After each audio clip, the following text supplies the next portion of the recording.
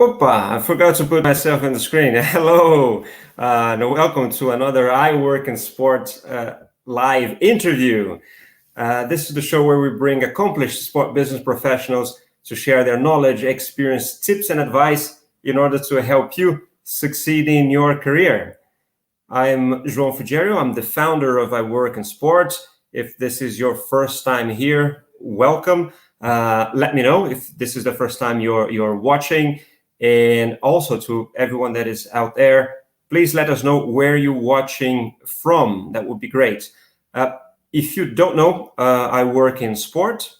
Well, that's the place where we connect talents and recruiters in the industry, especially, but not only through a series of events, in person or online events, while we also promote career growth and education, always in sport. So if you would like to know more about us, I suggest you check us out on iWorkinSport.com or our social media channels. We are on YouTube, LinkedIn, Facebook, Instagram, and Twitter, everywhere at iWorkinSport. Well, except on LinkedIn, that you have to put the /company/ iWorkinSport. So thank you for being with us today. Again, if you're coming back, you know the drill. This is a very interactive session. We would love for you to participate, to post your comments, send your questions. If you're new here, welcome, and do the same. If you are interested in this type of content and interviews with experienced professionals in the sport industry, don't forget, to subscribe to the channel, hit that bell icon as well to get the notifications so you don't miss an interview or a new episode when we do a different time like we're doing today. We're doing earlier because our guest is in Asia. So actually, let me just introduce quickly my guest. Marcus Luer is German, but made his career in Asia, where he became one of the most successful entrepreneurs operating in the sports market in that region, or sports marketing, I should say. He has been there for over 20 years or 25 years. He moved there right after the World Cup in the United States, the 1994 World Cup.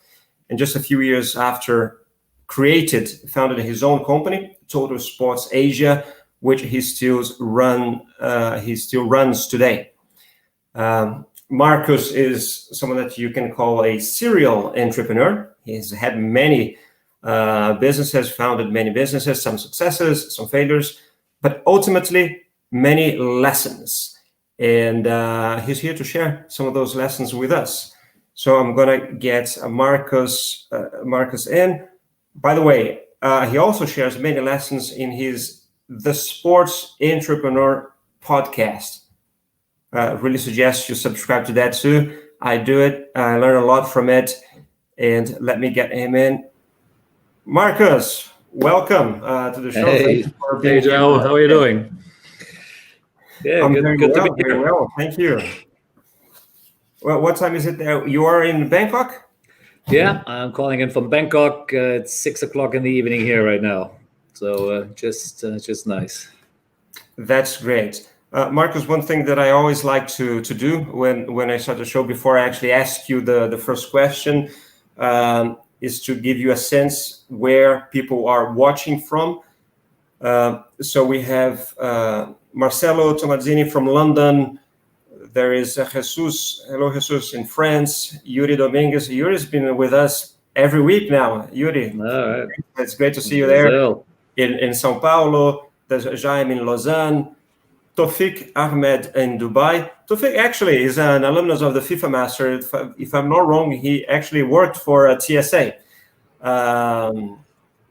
Yeah, I recognize the name. If I'm wrong, leave a message if I made a mistake. And someone from Cologne. Here we go. Yeah, that's where you're from, right? That's my hometown. That's right. Okay. Hi, Natalia. David Spinelli. Oh yeah, he likes the Buffon shirts in the back. That's right. It's signed. That's cool. This one is signed by Zico and Socrates. Michele here as well. We have Raul in Dubai. Really, there's many people coming in. So from Iran as well, Davud. Fantastic. Well, welcome everyone. Yeah, welcome everyone. So we're talking to all over the world. Christian from Germany. So a lot of people that most of them already working in sport. Some, I suppose, with an interest in sport. And Marcus, you have an amazing career. I mean, you're famous in the industry. I've known of you for many years from my SportCal days, going there with SportCal since early 2000s, 2005, 2006, and so on and so forth. But we actually haven't, I think, had the chance to meet in person. We spoke sort of before this interview, and this is one of the great things about doing this, is this opportunity to finally connect with the leaders in the industry like yourself and have a chat. And I would like you to maybe start telling us about your story, because it's for anyone that is starting is inspiring, actually. So Okay. let us know about how you started, with maybe your first job in sport, and then how you created TSA and where you are at the moment. Sure, absolutely. So, look, yeah, no problem. Look, the short version of it is, so I'm originally from Germany, which I think everyone by now has worked out. Cologne is my hometown, so grew up there in a sort of typical middle class family there, and had always an ambition to maybe work or study in the U.S., which then I ended up doing. In 1990, I ended up going to the United States just in the middle of the Football World Cup there. And that's, anyone who follows football knows we won that World Cup, right? So instead of me watching it at home and celebrating with my buddies, I was stuck in a small little town in the U.S. called Tulsa, Oklahoma, watching this whole thing by myself, in tears, of course, as you can imagine.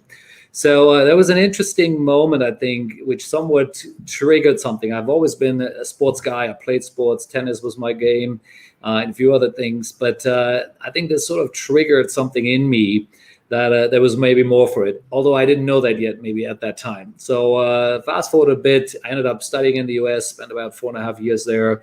And I landed in another smaller city called Fort Worth, Texas, which is right next to Dallas. And Dallas was one of the main venues for the FIFA '94 World Cup. So as a young man, as a young student, I volunteered at the organizing committee to get into this, right? Again, not necessarily because I felt there was a job for me after, but it just, you're German, you like football, you missed the last World Cup, sort of, you feel like you missed it, right? So this one is right on your home turf. You got to be in there, right? And so I ended up, again, with the right amount of luck, and this is sort of what we talk about here, right? How do you get into this industry, really?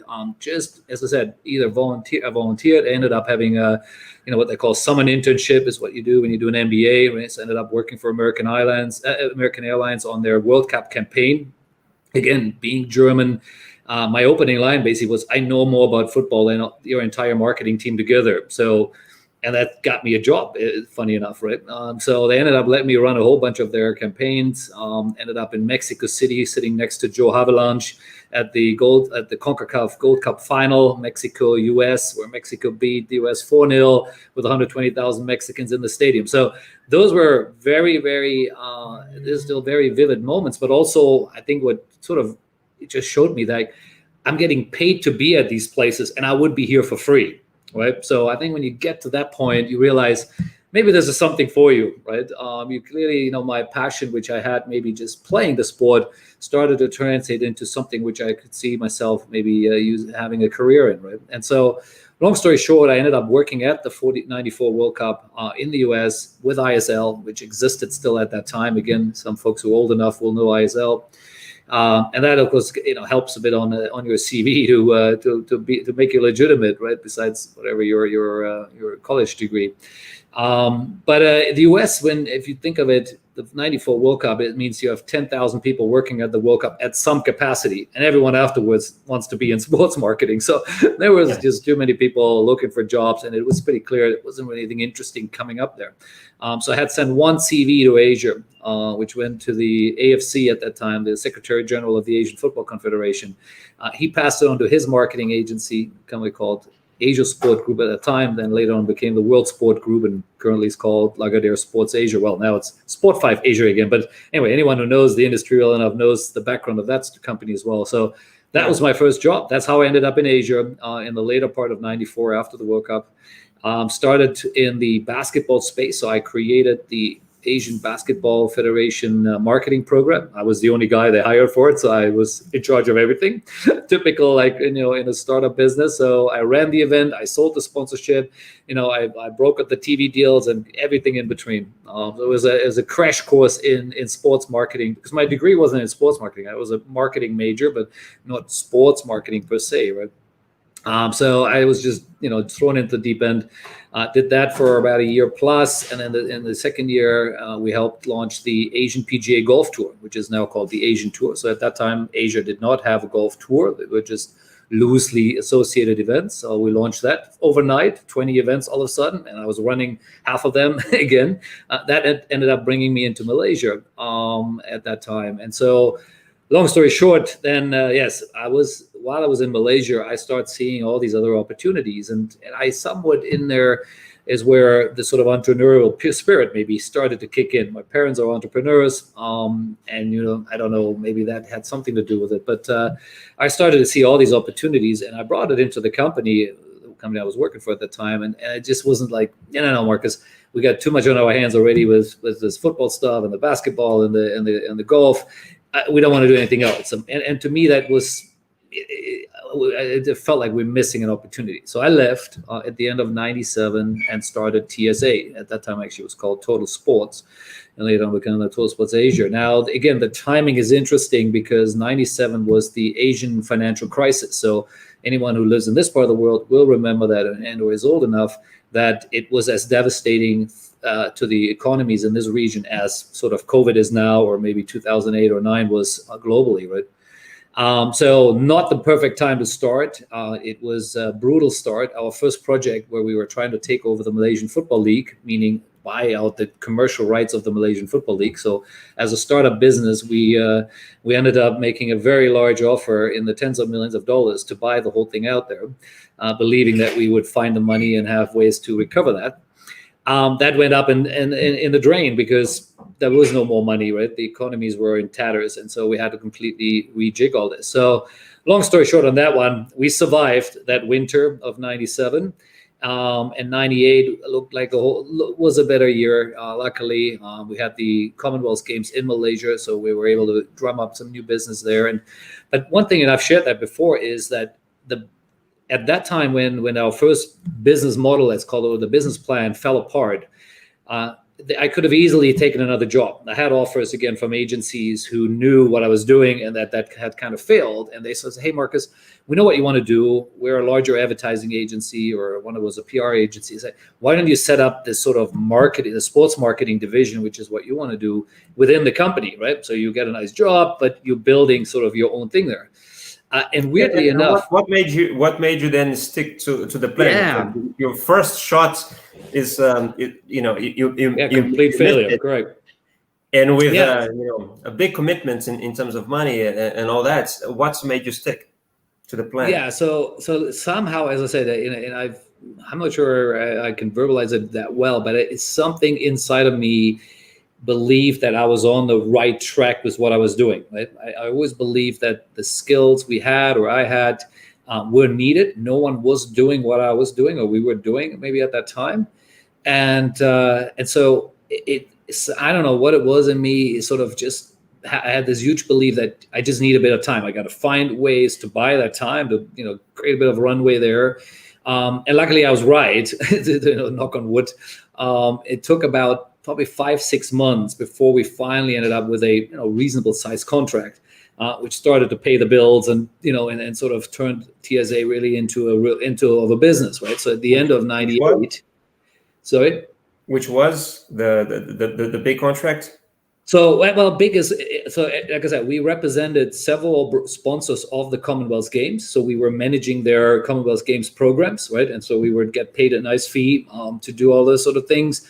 We started already a little bit of TV brokering, meaning we created TV programs for sponsor. Again, no broadcasters didn't have any money at that time because of the crisis. So, but a couple of sponsors, cigarette brands, a few others still had ad budget. So we were starting creating basically branded content concepts.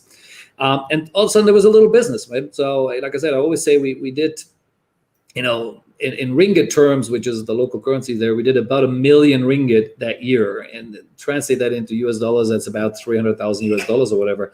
But like I said, it was, we had some money to pay some bills and pay the rent, so to speak. And we had a small little office in the shop lot. And that was the humble beginnings of TSA. Great. Well, you came a long way sort of after that, right? Yeah, we got a bit further. You're if I'm not wrong, what you call the TSA 5.0. And you marked different stages of the company. Do you want to go briefly through that very quickly? Sure. What you mark each of them? I suppose. Of course. Describe the 1.0. Yeah, absolutely. I mean, TSA 1.0 really was, we were the WWE agency, the World Wrestling Entertainment Group. At that time, it was still WWF. Again, with a bit of luck, but with I guess also being there as usual at the right place at the right time, we ended up being their agency of record for all of Asia. We became their largest agency of record globally in a very short period of time. In total, these are official numbers I shared before. We did about 150 million US dollars worth of TV revenue and probably another 20 million of other stuff. So in total, over the span of 8 years, which we were the agency, we did about 170 million dollars worth. So that took us as a company from the humble 300,000 I talked about earlier into the tens of millions of revenue. Obviously, decent bottom line there because we were on a commission at that time. And we made WWE a ton of money. This was because most of it was TV money. It just went straight to the bottom line. So we made Mr. Vince McMahon a lot of money, and we're fairly well known in Connecticut there. And that was really like I said, the first TSA 1.0. Now, because we had cracked the goose in a sense of how to make money in TV, it naturally attracted many other content owners to us as well. So Sportel became our playground. This is where most people know us from. We were there for 20 years now or more. And so, this is where we hung out. We had a stand there. We were selling, buying, trading, and everything you in between, right? So we were the typical media rights trading arbitrage player there.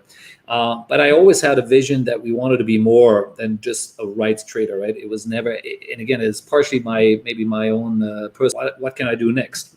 Can I go and sell a sponsorship for you as well? Can I bring a event here, right? So we brought WWE live events into Asia. We actually took Dwayne Johnson, The Rock, into Asia for the first time, and this is 2002, I think, or 3.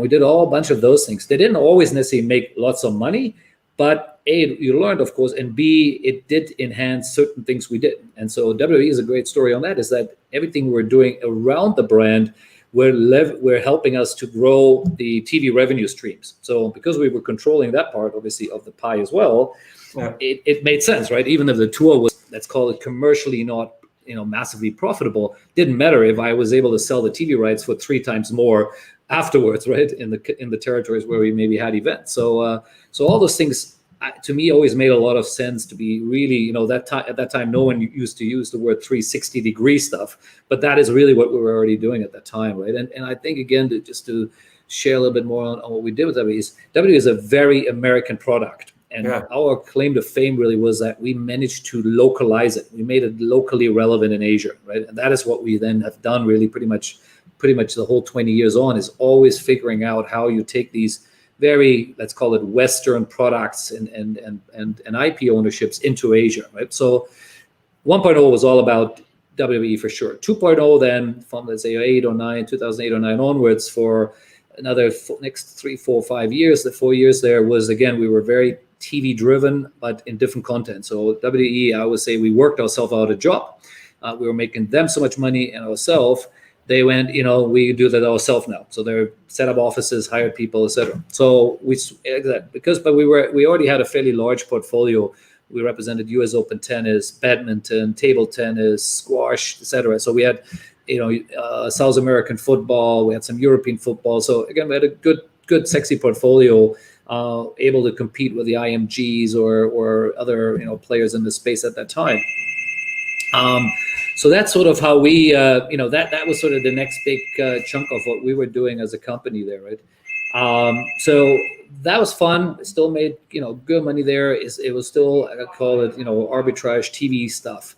But we were already seeing that game was getting harder and harder. It was more about all of a sudden putting big guarantees on the table. And of course, then the bigger agencies were starting to outbid us, right? They had more muscle, right? Infront, IMG, or MP Silver, others, just throwing much larger sums at these things. And for us, that was where it gets risky, right? If you were an agency of our size, you got to be a little careful. You can't lose millions of dollars, right? You can lose a few $100,000 or here and there, but you can't just keep throwing crazy money at stuff. So it was clear that was disappearing. And so that's the time when we also start to ramp up other areas. So 2.0 and 3.0 was again getting more and more into sponsorship. We're brokering stuff. We created this thing called branded real estate, where we were actually taking the learnings of traditional sports marketing into real estate, meaning we created co-branded opportunities. So we have something called the Armani Residence, or we created the Michael Schumacher World Tower, the Maria Sharapova Tower in India, etc., where we were taking,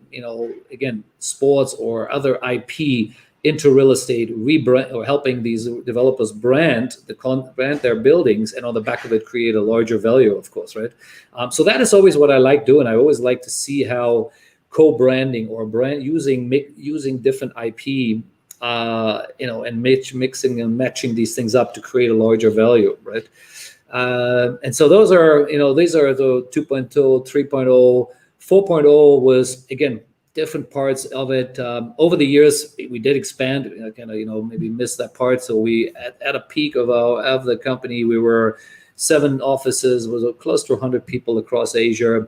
That was, and I can't remember, 13, 14, maybe 15, when we were sort of slowly starting to I would say, shrink ourselves back. So we were the reason we were so large is because we had the firepower, right? We were making lots of money on the deals we were doing, and we were constantly trying to grow. And there is a point in time where I finally listened to my buddy Donald Dell, the one of the real true let's say founding father of our industry, who always kept saying, Marcus, as an agency, you always gonna work for your overheads, right? Especially if you're the owner of it, right? Because you're gonna end up with this huge overhead because you keep hiring and hiring, you keep expanding, right? Every dollar you make, you're always gonna think, there's another office you should open, or there's another whatever space you should be getting in there. And he was right, and we were doing a lot of that. And then of course 2008 and 2009, the crisis happened, where the whole world, of course, got hit in a different way. So I've seen this kind of cycles a bit, right, over the years. We started in a bad cycle. We had one right in the middle of it at a peak of our growth. We had 10 years of growth, nothing but top line and bottom line growth for 10 years, and then hits 08 or 09. And so we rejigged the company there in a different way. And then the next sort of 10 years, clearly, we're more bumpy. I would say the cycles, the business, the 3.0, 4.0, 5.0 versions became a lot shorter and a little more sharper, where yes, we had quick upturns because we had maybe something interesting, but also it dropped again faster. So if you think of life cycles of products, right, whether it's iPhones or whatever, they come up with something new every few every 6 months or whatever it is now. Even in some business cycles, it's even faster. And I think that's what I've seen as well. Even though, yes, the company has the same name, and there's certain things we still do, maybe what we did 20 years ago, but we are a very different business now. And that's maybe the exciting part or the interesting part to it. If you're an entrepreneur, you like those challenges. How much would you say of the business, maybe in percentage, is it still linked to the more traditional sports agency, sports marketing agency model of basically brokering deals, and how much is the other streams? Yeah, a good one. I haven't really thought of that lately in terms of percentage or in numbers, but it's probably a good maybe 50-50 where we still brokering stuff and still make money that way. It's probably less traditional sports now, as I sort of, as you know, we do a lot more work now in gaming and esports, and so but it's still somewhat brokering stuff in that sense as well. We do consulting work, and there's other work as well we do, and so that is it adds a different facets in a different spectrum of what we're doing. But yes, the brokering part is in our blood, I guess. So brokering is still an important piece, but it is a different space, right? It's no longer maybe TV rights; it's now other formats. So, and what would you say then excites you the most in terms of new businesses? I see that you have an interest in esports, but you had an investment or a try with SportFix and OTT, but maybe focus on esports now. What would you say? What excites you the most at the moment? Sure. Look, I mean, I think there's a couple of things. One is I was never really, I wouldn't consider myself a tech guy, a techie, right? That was, I would use technology, but this wasn't my thing, right? I don't have a technical background. But I do realize, and this is nothing recent, that, over the years that there is some, unique technology, which if you build this in the right way, of course, then, there's the ownership of it can be an interesting space to be in. So OTT was the first one we got into, that really where I felt we had the ingredients. Even as I said, I didn't need to be a tech guy to understand that part of it. And that is, and I'll come back to it in a minute, but so that is sort of the theme, I would say, especially here since COVID started. I've got a lot deeper into the tech space. I do some, mentoring for a couple of tech startups now. Do some work with Hype Innovation as well to, sit on, certain, whatever. Judging of these tech companies. So I really like the space, and I've spent a lot more time in it. That's one. And then the third piece probably is gaming and esports. That one is a really easy one for us because there is an ecosystem which is developing in a similar way as our sports industry developed over the last 20, 30 years. And so I see lots of parallels there, and in some cases even combining the two. And one deal we recently did just last weekend was announced, and maybe some people might have seen my post on LinkedIn, is a deal between a Chinese mobile game developer with the Saudi football team. Now that is again, this is the sort of stuff I like doing, right? Totally out of the box. We had conference calls where we speak in Arabic, Chinese, and English all together, and no one has a clue anymore what's going on, basically, right? But that's the stuff I love doing. I've done this with Chinese and French or Italian IP owners. I did it with the Indians and Americans, and the same thing, right? The cultural differences is just crazy. But if you do this, if you know how to manage this, and this is what we do, I guess, best, I think that's the challenge there. So it's an interesting short version of what we've done there is a company called Monton, and the game is called Mobile Legends Bang Bang. It's a very large mobile game here in Southeast Asia, and they growing globally tremendously. They've done close to 1 billion downloads globally. So this is a fairly serious game. Anyone in the gaming space would probably know them. So they're rolling into Saudi. They're partnering with the FA to use the national team as the platform. So they will be dropping the national team jersey into the game. So you can run around in the game looking like one of the players in the jersey and enjoy the game that way. But also, of course, we use the games and the reach of the federation to publicize the game. So there was the King Cup's final was this last weekend, which is huge match in Saudi. They had branding on the LED and pitch side for the first time, and now the whole thing starts, and next year we'll be dropping in the game. So that's the perfect world, right? So I work in my little world of sports, which we know, and we're bringing this new world of esports together and matching up and create values on the back of it, right? MLBB, how they make their money, again, people who are not familiar with the e-gaming world the gaming world, is that they sell the skins inside the game, right? So there is a monetization model right away. So this is not a pure marketing, just like let's get publicity for the game, but this is a direct monetization model for the game developer. And so we're working on a few of those kind of things. And because of that, as I said, the ability we have to create these connections, whether it's Hollywood or whether it's connecting with sports IP or music, these are the things we're currently working on, right? With game developers, with platform operators, with influencers, with you name it. So it's a bit of a new world, but we're quick learners, and that's sort of where I see the biggest opportunity right now for as a company as a whole. Cool. Thanks for sharing that. To be very frank, I'm not a specialist in that gaming industry. Been reading some news, but I did not know that company there. I know that David Beckham recently acquired Sure. That's esports. That's a team. But definitely a space to look at. Now, I will want to ask you very shortly also about how you see, maybe how you recruit people. I mean, you've worked with so many people throughout the years, and how you actually choose talents to work with you. Before that, I want to have a little bit more of your views in the industry. But even before that, let me just go to a few more messages here. Just people saying hi from Tehran, from Trinidad. All right. Tofik said he did work for TSA, in fact, in Delhi. So at the time that you had offices in India. Jaime says hi as well. Oh, Erica, I think, says she likes the new T-shirts. It's not for sale yet, but if anyone likes it, iWorkinSport, just let us know in the comments. Maybe you can find your way to get one. Iñaki is in Madrid.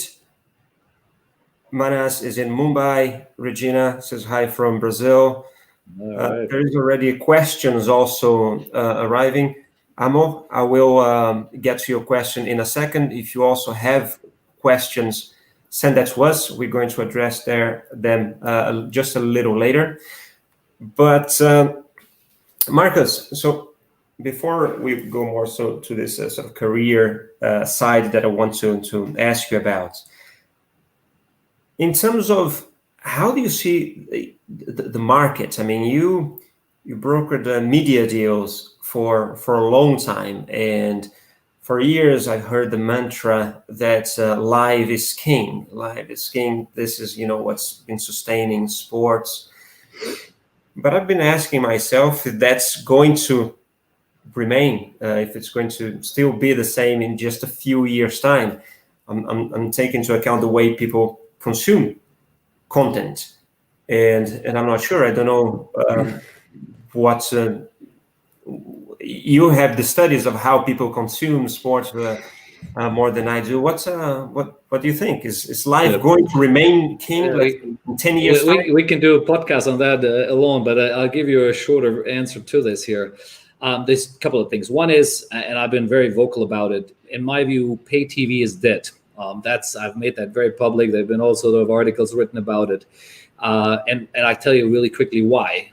It's two things. One is the younger generation doesn't buy that products anymore. Anyone who has kids below the age of 20, I believe they don't even know how to switch a TV on anymore, right? So if you don't use a TV, if everything you do is on a mobile or on a tablet or maybe on your laptop, the idea of buying a set-top box and stick it in your house and spending $200, $100, whatever it is you're paying in your country for 200 channels, it just doesn't work, right? And so clearly that generation will never buy this stuff anymore.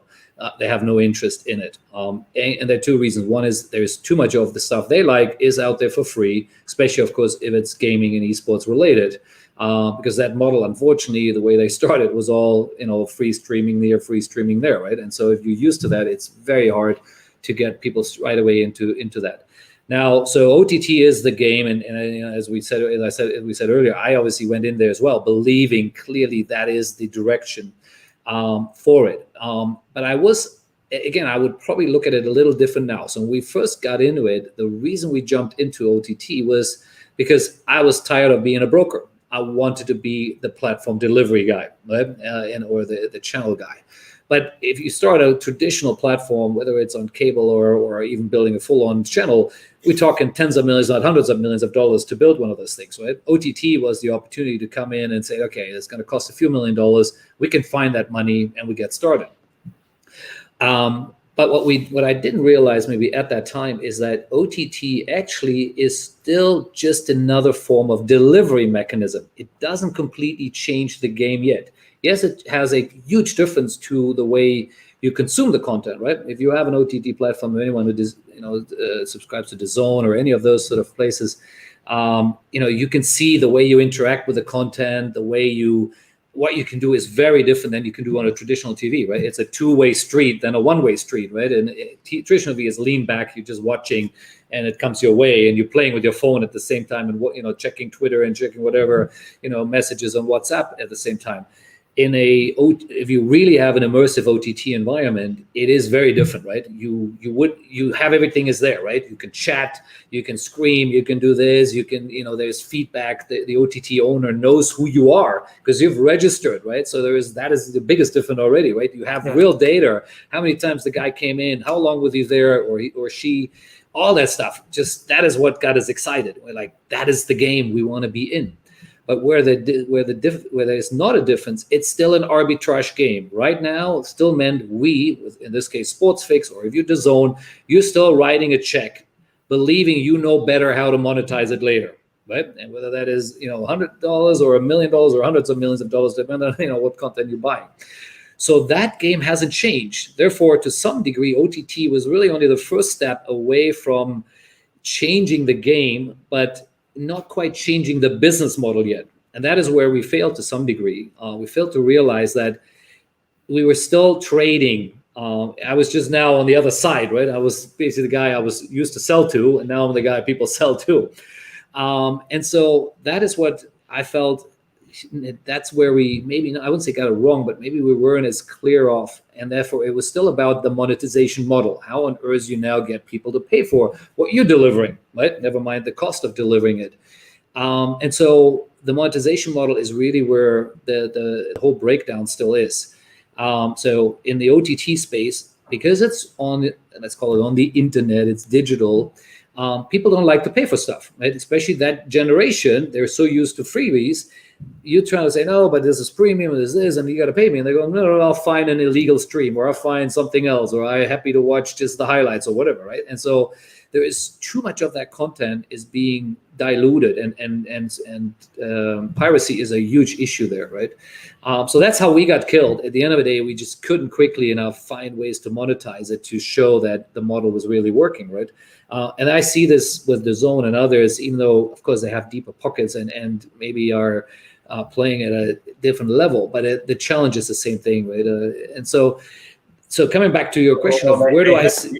They had maybe deep pockets compared with Sportfix at the time, but now they're in a place where they're competing with Amazon's and Facebook and YouTube. So correct. Yeah. So again, when we started this in 2017, which was really the early days of OTT, Netflix had already been successful, and everyone called themselves we're the Netflix of sports, right? That was sort of the tagline we all liked because it was easy to explain to anyone, to an investor or the public, of what on earth we were doing.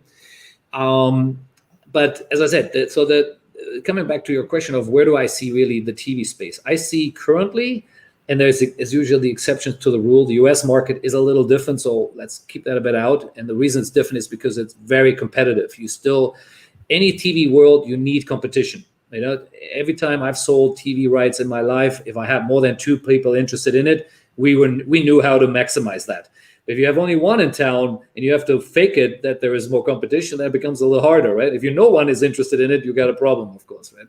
So I see that globally, the appetite of the pay TV operators, or let's call it the more traditional media operators, is shrinking because their business model is shrinking. As I said, people are dropping their subscriptions of their pay TV operators everywhere in the world, right? You see, there's not a single pay TV operator globally which would have their market share gone up over the last 2 or 3 years. You look at it, every one of them have lost subscription and lost market share and lost valuations, right? And so if that happens, means you can't afford paying the same amount you used to, right? And so that's happening all around the world. Asia is right at the edge of edge of it already, but I see this in many other parts. So with that traditional dollar disappearing and the new dollar hasn't really caught up with it yet, right? Yes, DAZN is writing some good checks, but there aren't 20 DAZNs out there, right? There's one DAZN, right? And there's not that many others. And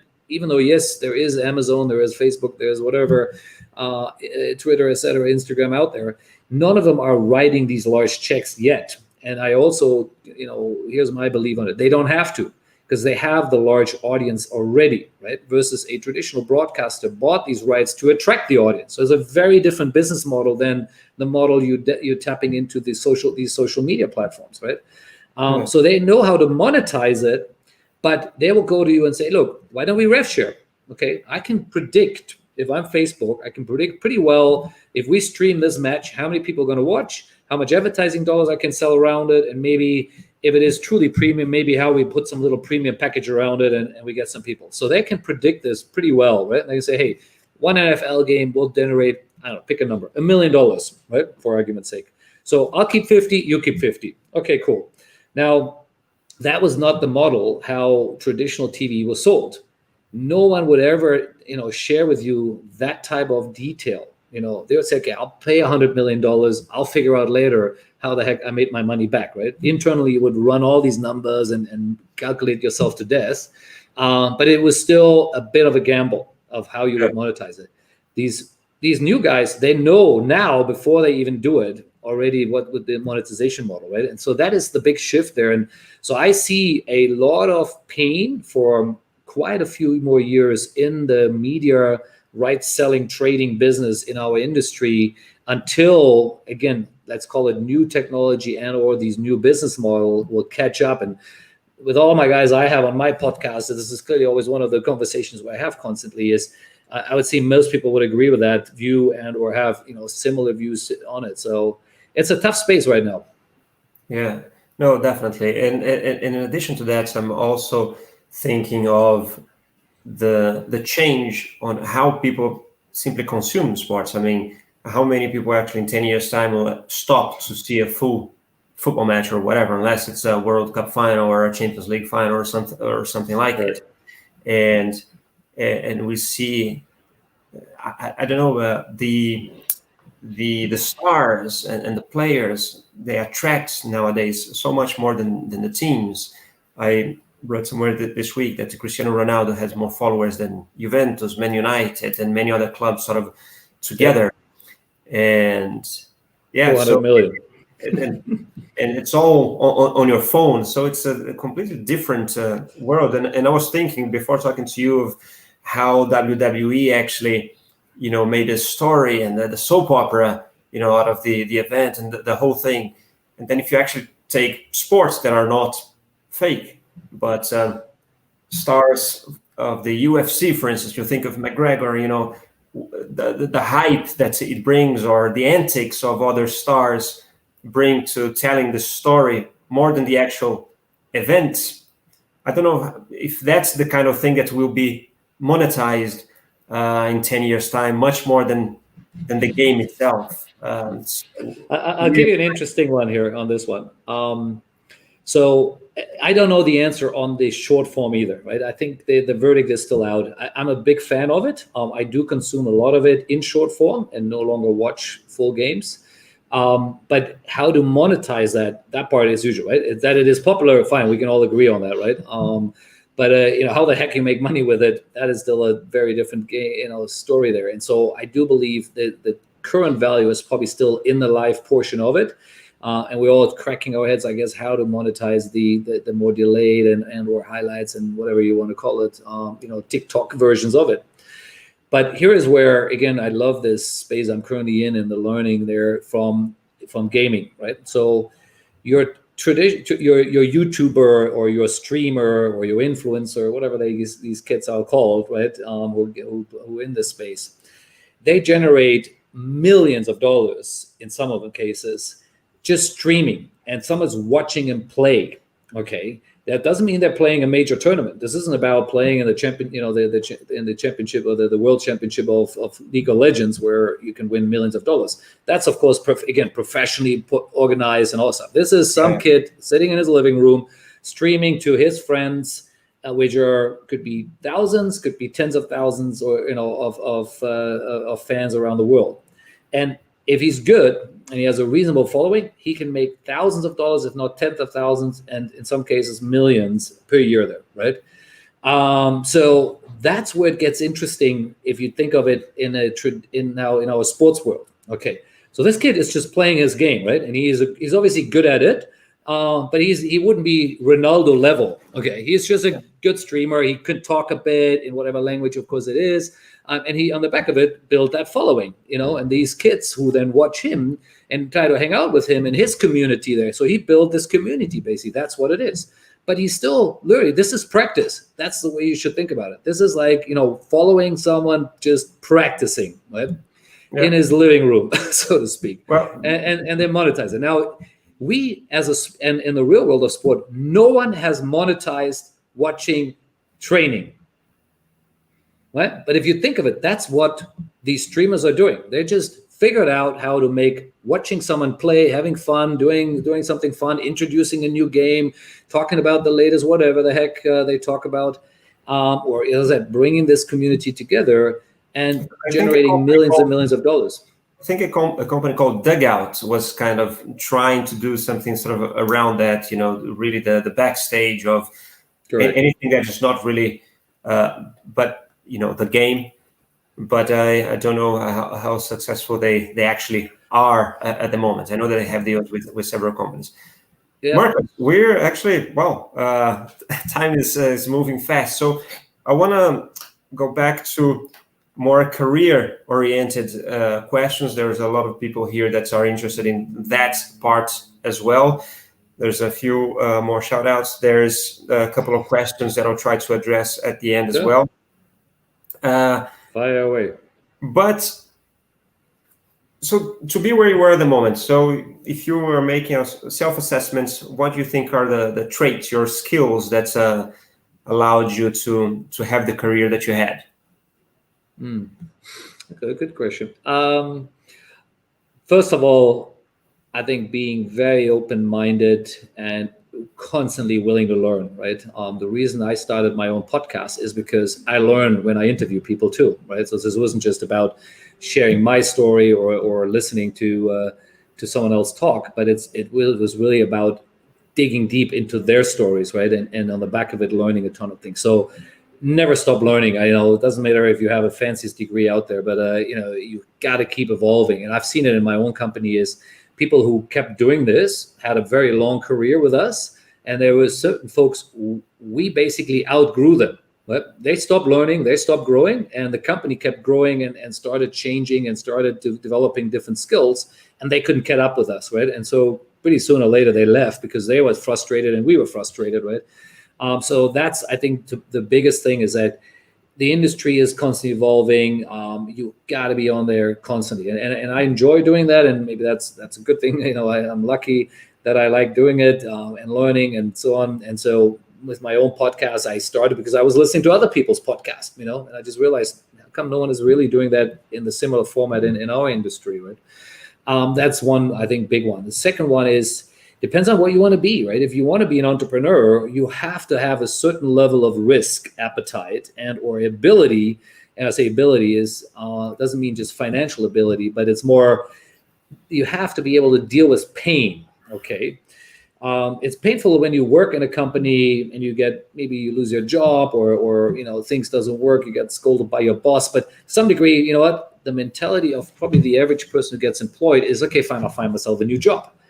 When I had moments where the company wasn't doing well or where whatever, you just think this is just not working, right? Whether it was very beginning of the very early days of it, as I said, when we started, or somewhere in between when we had a bad year, I never thought of, okay, I might just go find myself a job. That never even crossed my mind. It was always about, okay, what do I do next, right? But as a businessman, as someone, okay, I got to crack it. And one thing I've I'm a sales guy, right? And I say that with all affection when I talk to other sales guys about it, because not a lot of people like that term. But as a sales guy, you sell yourself out of trouble, right? And that's what you do. You just keep going because, again, having the belief in yourself that you know what you are doing, and on the back of it, going, well, this means it's just going to take time. It will take a bit more time, and this is a perfect environment we're in right now. A deal which maybe previously would take a month or two might take 5 or 6 months now, right? And, you got to get there, right? You still got to be around to be able to do it at that time then. But that is sort of where these are the learnings I've had maybe over those 20 years is that, you have to be very tenacious and driven by what you do. Number one, keep learning and of course, adjusting, right? Keep learning. And that's where the learning comes from, right? You keep looking at new things and you got to adjust it. That doesn't mean it's just for people who, like me, who run their own business. That I think is equally important. If you employed somewhere, your level of what you bring into the company, right, is still equally important, right? And your career path and how much you can grow with the business and how you shape your own area of the company you're involved in. People I've seen who do that, they end up always running the department one way or the other, right? They may not run the whole company because there's a guy who owns it, like me, who can't really move him away unless he moves himself. But there are ways to then rise to the top very quickly by just being there and pushing hard, right? So that's those a few points maybe. And when you're then hiring someone to work close to you, are those more or less the same things that you look for in a candidate, or sometimes it's different? You have, of course, they must know how to do the job that they're asked to do, either have the technical skill or whatever. But in terms of maybe soft skills, are there some traits that may be more attractive to you? Yeah, good question. I've hired over 600 people over my career, at least. Remember, so the last time we counted it. So I've done a lot of interviews. Not all of them, obviously, I hired directly, but we have a large alumni base around the world. And initially, yes, when you're younger, you kind of use the same old methods which they teach you at whatever MBA schools.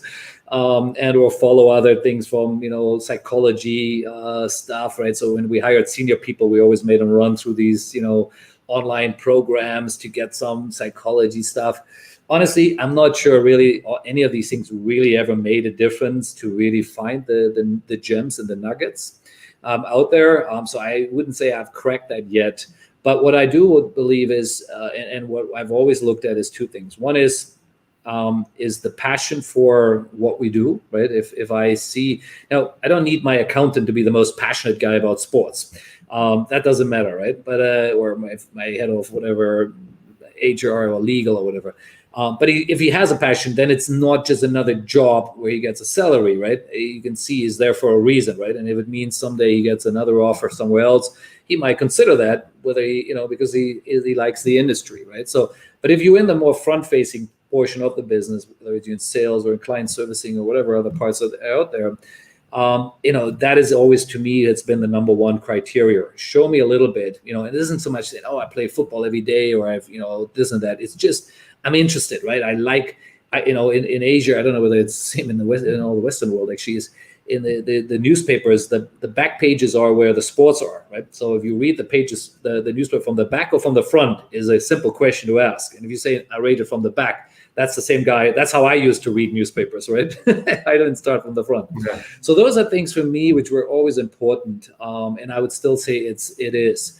Then, of course, it really depends on what is the job, right? And what is the technical maybe or other skill. So to me, it wasn't someone had to come from the world of sports marketing or had to have a degree in it or whatever. That was always helpful and it was, it was nice. But remember, when I started this industry, sports marketing didn't exist in Asia, literally, right?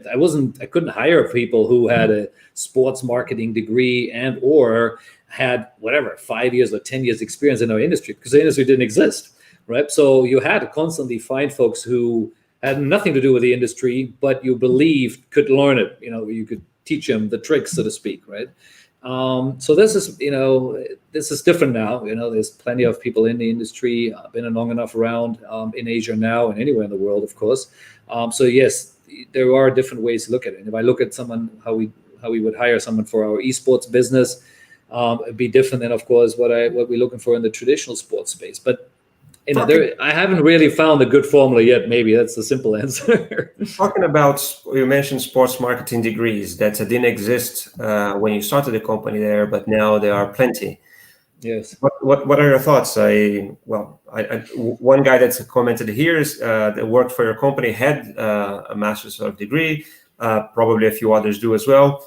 But what's your experience? How useful that is in the practical that is? Yeah. Again, having guys over the years, which maybe had a degree from a sports university in the UK, Europe, US, Australia, wherever some of those universities are, I think it's helpful because there is at least you start with a basis, right? Is that I hired tons of people from the advertising industry because I've always hoped and believed there was some synergy, right? When you understand the advertising model, you understand how to pitch to a client, ideas, concepts. Again, certain things what we do, we're always very similar. But many of them couldn't crack it, actually. Right? There's been plenty of them where I was really disappointed. They came with, what I thought was a sort of right skill sets, and they just couldn't get their head around our industry, right? Interesting enough. So I do believe it helps. But at the same time, and I think I'm not the only one out there saying that, is that I also, interesting enough, believe that a traditional education is sometimes less important in today's world than, let's call it, what you learn in your spare time, right? Or how you show up, right? I'm sure you heard these stories about Google, how they hire now, and they're looking at people who actually had a slightly less let's call it traditional upbringing, right? Someone who comes from a more troubled family, that's the guys they're looking for because they've gone through tough times. They're more hungry, right? And I think that's, so those things you can learn. You're not going to learn that in school, of course, right? So I do think there is a shift in that type of hiring processes. Great. Marcus, I know that we're going towards sort of the end, but there are still a few questions. There's one from Sid Dunt here that's I had more or less the same. Would like to know, where are the opportunities for someone that is starting now? If you could cover that, and then there's a few more. If you can stay a few minutes longer with us.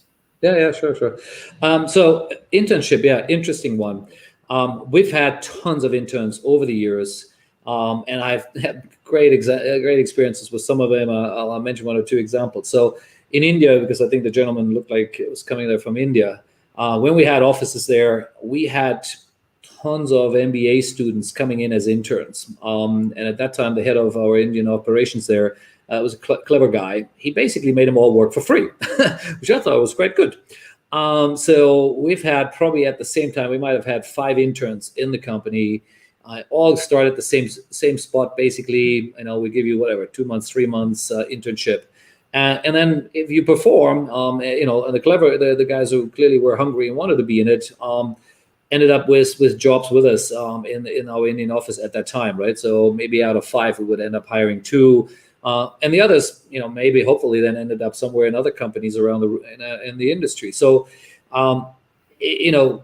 if you want to break into our industry, be humble and take whatever job someone is willing to give you. That's how I got in it, right? My first, as I said, were internships as well.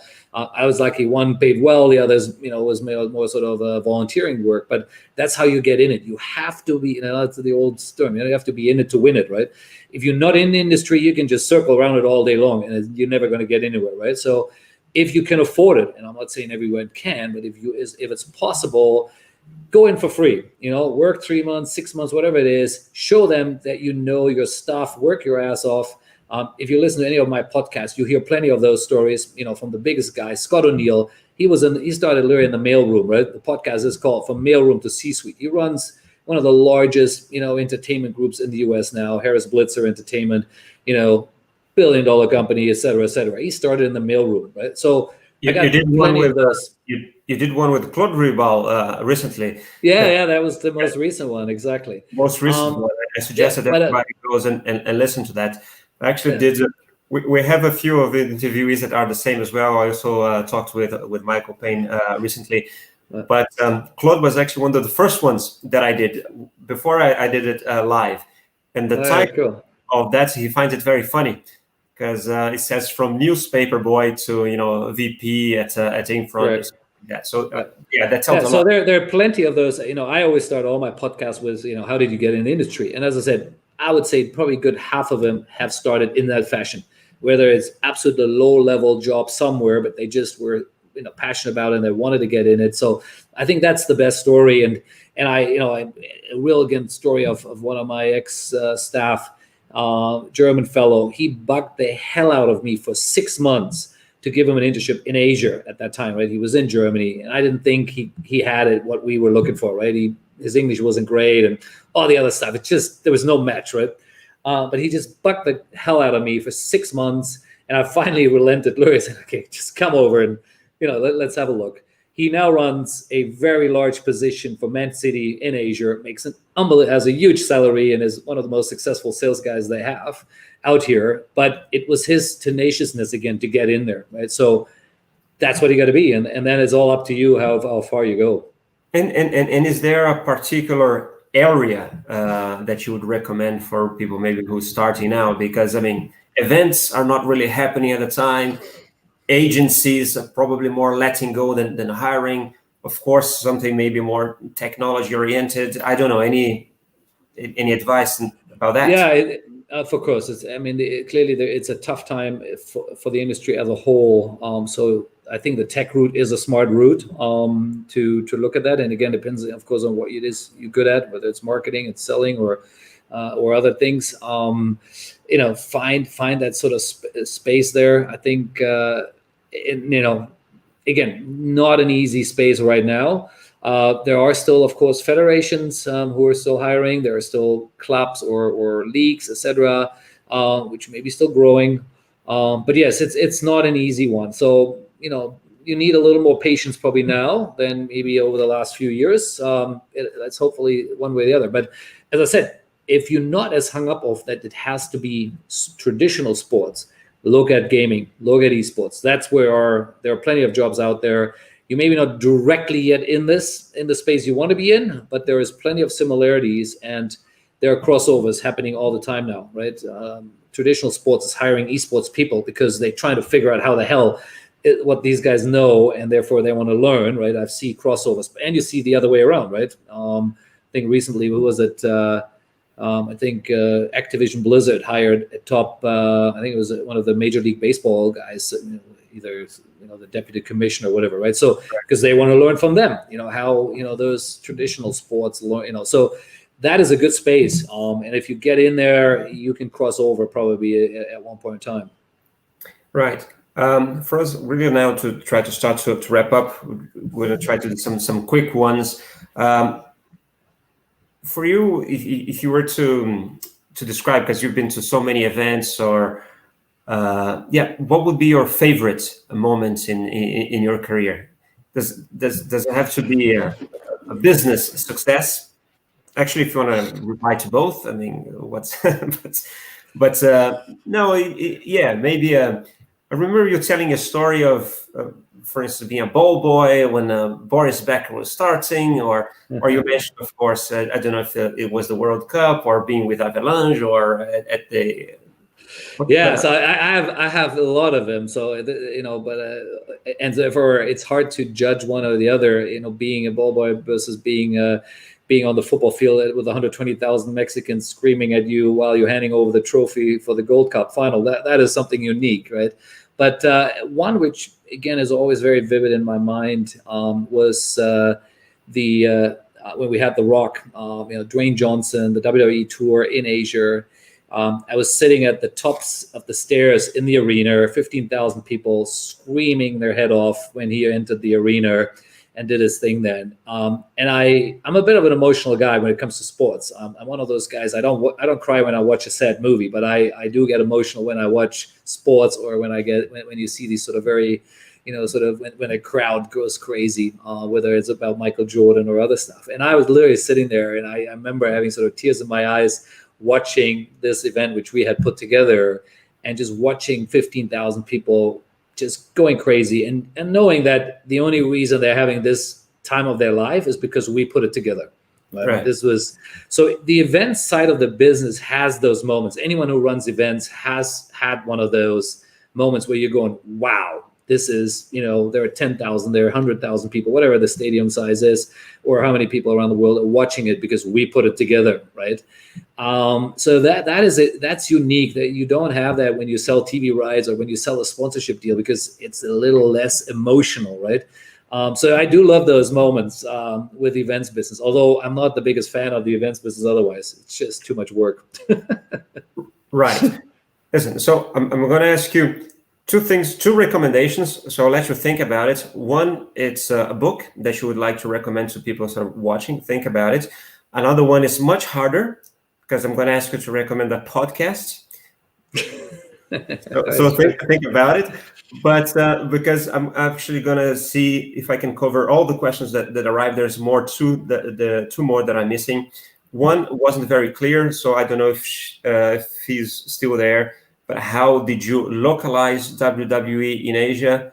Do you understand exactly what? I know what that means. Absolutely. And again, it's a longer story, and I've shared a bit of that before. But let me give you the short version of it.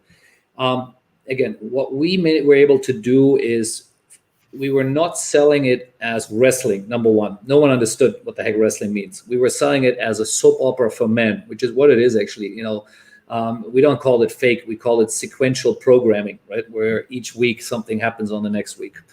So when you started sitting in front of a program executive, they understand that language because they buy telenovelas, they buy dramas, they buy other stuff. So they get that language. If I would have said to them, is this crazy American wrestling and does really well in the US, they'd be like, Marcus, why the hell would I in Malaysia or Thailand or whatever be ever interested in that? But you're going, okay, look, this is a drama. It's a drama for men. It's drama for kids.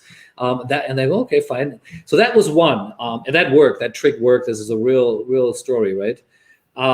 The other one is we cracked it, that it wasn't about the executive who were buying. We were a lot of times sitting in front of, I was 30 years old, whatever, and I'm sitting in front of a 50-year-old executive there. And for him, WWE was just, some weird stuff from some other part of the world. So, but I knew he maybe had a kid who was 15, 20, and God knows what. And so what we did is we left merchandise with him. We said, hey, here's a T-shirt, here's a cap, here's a toy, here's whatever the heck we could find out, and with the homework we did. He takes it home. So he would literally, and there's a couple of real stories where I got literally thrown out of the office. Okay, the guy says, we will never buy this shit, bling, bling, bleep, bleep, da-da-da. Marcus, just get out of here, basically, right? In a sort of nicer way. I left the stuff with them. I swear, 2 weeks later, I get a phone call, sort of sheepishly saying, hey, Marcus, you know what? What about this WWE thing? I shared this, the T-shirt you gave me with my son, and he thinks this is the coolest thing ever. He was telling me all about it, how his friends are watching it right now, wherever they can get their hands on it because it's all on TV. And he thinks if his dad would help buy this and get it on TV, I'll be the coolest dad ever. Bingo. So the selling wasn't done to him, but the selling was done through someone who actually was the fan, right? And so that is what I meant with localization. This wasn't about saying, look at all these amazing statistics, how WWE does, the ratings they have in the US, because people didn't care. Why would someone in Malaysia or in China or in Japan care about the ratings in the US? Not relevant whatsoever.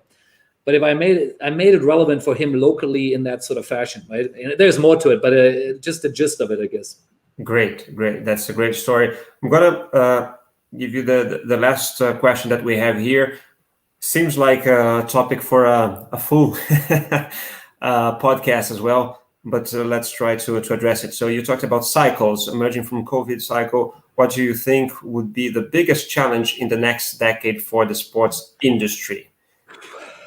Yeah. In a few minutes.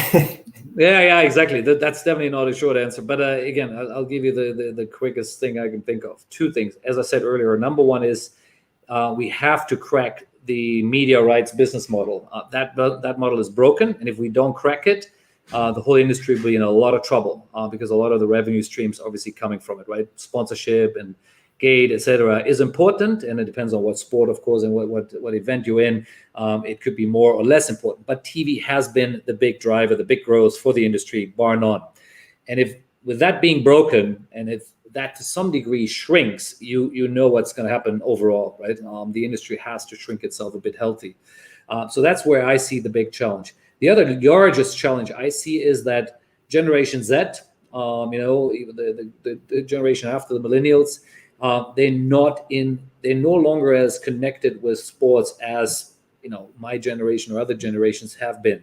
And that is going to be a huge challenge because they grow up with e-gaming, with sports, esports or gaming. That is much more a natural place for them to be in. They're mobile natives, they're digital natives. And I do think there is a huge challenge for us to grab these guys and bring them back into it. And you read these articles now all the time. I've been saying this for a while now. I think I start seeing more and more people agreeing with it. That's the challenge. Here's the one where I read recently, and I would agree with that. It's a very smart comment, is that the parents of these Gen Zs are potentially the key of the puzzle. It's not about, we're never going to take these kids who are gamers and try to tell them why they need to be watching football full time and all this stuff. But the parents still have some influence over them. And if we can convince the parents to bring the kids along into the sport, watch the games together with them, whether it's on TV or let's say in a live space, to me that's a very clever and smart way to re-engage an audience, which I think we lost already to some degree, and for sure because of COVID lost even more, right? Where sports became even less relevant or less important, and to some degree less exciting because it's a bit boring to watch sports without the fans, of course. And at the same time, gaming just grew, right, and became even bigger and more prominent, and took that limelight there. So that is maybe the short answer to that one. Right. Marcus, thank you so much for sharing that knowledge with us. We passed way over and even like 10 minutes more, but it's been happens. Thank everyone that watched live with us. Send their comments. You have a few fans spread around the world. Well, you have many fans, but a few were with us live today. Sent messages. A good friend of mine here as well, DK, is one of them, saying in regards from Korea. There's a few other messages that arrived as well. And yeah, I would like to thank everyone that's participated with us, made this super interesting, and especially you, Marcus. I think was great. So you still want my answers on the book and the podcast, or we skip that?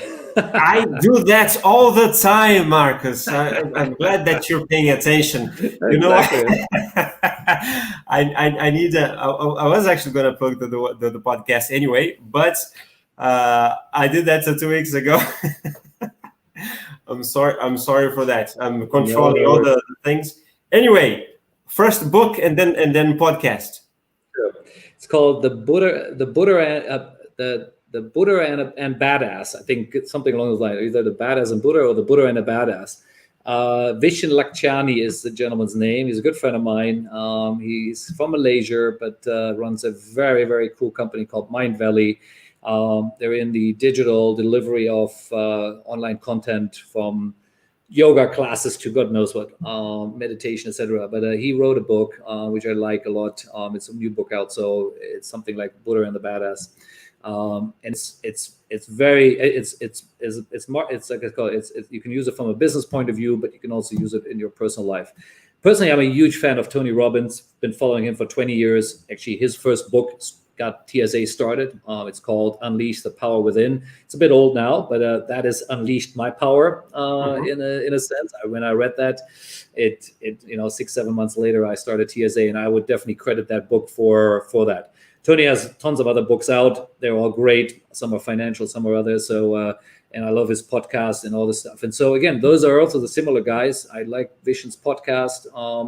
It's called Mind Valley by Vishen, whatever. podcast, and Tony has his podcast out, and there's a few other guys. So I do follow, a couple of the ones from the industry as well, of course. But yeah, that's sort of. Can I recommend the Sports Entrepreneur? And of course, you got to check out the Sports Entrepreneurs by Marcus Luer. There is one which has a similar name, but it's from the US. A lady runs that. But you should be able to find me. It's in the description. If you're watching that on YouTube, it's in the description below. So if you're still here with us, I recommend that you go and click on it right away. Absolutely. Yeah, we're everywhere. We're on Spotify. We're on Apple Podcast, YouTube, you name it. You can't miss us. Steam it, whatever, Podbean, whatever. And of course on marcusluer.com. If you go there, you find it as well. That's great. Marcus, thank you so much. I think now we covered everything. Well, actually, I'm sure there was much more to talk about and to cover, but maybe a next time. Thank you definitely. So enjoyed it. Thank you for having me. Hopefully it was helpful or some interesting learning there for everyone, and I'm sure we'll talk again. It was great. And for everyone that is still here watching us, if you can, give that, press that like button there. Let's show our love to myself and to Marcus, of course. And don't forget, if you like that type of content, don't forget to also subscribe and hit the bell icon to get the notifications. I see you hopefully next week, everyone. Bye-bye. Bye, Marcus. Good night. Bye-bye.